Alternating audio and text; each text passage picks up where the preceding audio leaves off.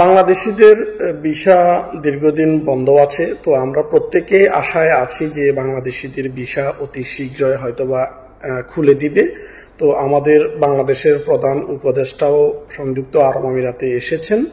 আমরা আশা করেছি যে উনি আসার পর হয়তোবা এই বিষয় নিয়ে কথা বলবে, আমাদের বাংলাদেশিদের ভিসা ট্রান্সফার থেকে শুরু করে লেবার ভিসা সবকিছু ওপেন করে দিবে বা এরকম একটা প্রস্তাবনা উনি জানাবে।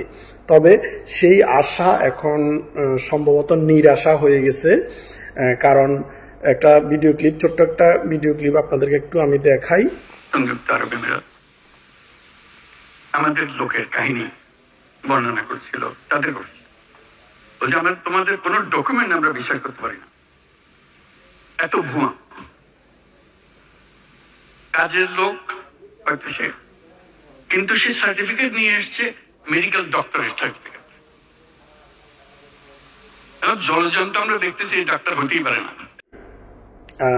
যে আমাদের প্রধান উপদেষ্টা ডক্টর মোহাম্মদ ইউনূস সংযুক্ত আরব আমিরাতে এসেছিলেন, আমাদের বাংলাদেশিদের ভিসা জটিলতা বিষয়ে তিনি আমিরাত সরকারের সাথে কথা বলেছেন এবং কথা বলার পর তাকে যে সকল অভিযোগ আমাদের বাংলাদেশিদের সম্পর্কে দিয়েছেন, তো সেই অভিযোগের ভিত্তিতে আমরা এটা অনুমান করতে পারি হয়তোবা বাংলাদেশিদের ভিসা অতি শীঘ্রই খোলার সম্ভাবনা খুবই কম।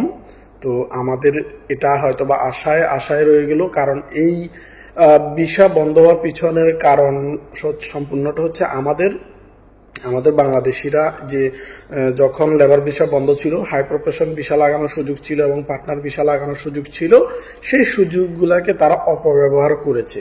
হাই প্রফেশন ভিসার নাম করে ডুপ্লিকেট সার্টিফিকেট বানিয়ে তারা এখানে এসেছে, হাই প্রফেশন ভিসা লাগিয়ে তারা বাইরে লেবারের কাজ করতেছে। তো এই সকল অনেকগুলো অভিযোগ আমাদের প্রধান উপদেষ্টার কাছে তারা দিয়েছে। তো এতে করে বোঝা যায় সহসায় অথবা অতি শীঘ্রই ভিসা খোলার কোনো সম্ভাবনা নাই। আদৌ কি খুলবে কিনা সেটাও অনিশ্চয়তার মধ্যে আছে।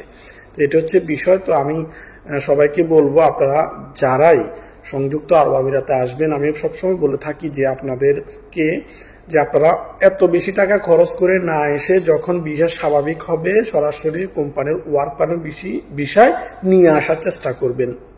এই যে যারা এভাবে হাই প্রফেশন ভিসা লাগিয়ে এখানে আসছে, তারা পরবর্তী যখন তাদের ভিসা রিনিউয়াল করবে এক্ষেত্রে তাদের সমস্যা হবে, এটা দেখবেন আপনারা, ঠিক আছে? তো এ ছিল এখন পর্যন্ত আপডেট। তো আমরা ধারণা করতে পারি হয়তোবা অতি শীঘ্রই এই বাংলাদেশিদের ভিসা জটিলতা বন্ধ হবে না, শেষ হবে না। কবে খুলবে তাও কোনো বলা যাচ্ছে না। তো ভালো থাকবেন সবাই, অসংখ্য ধন্যবাদ সবাইকে।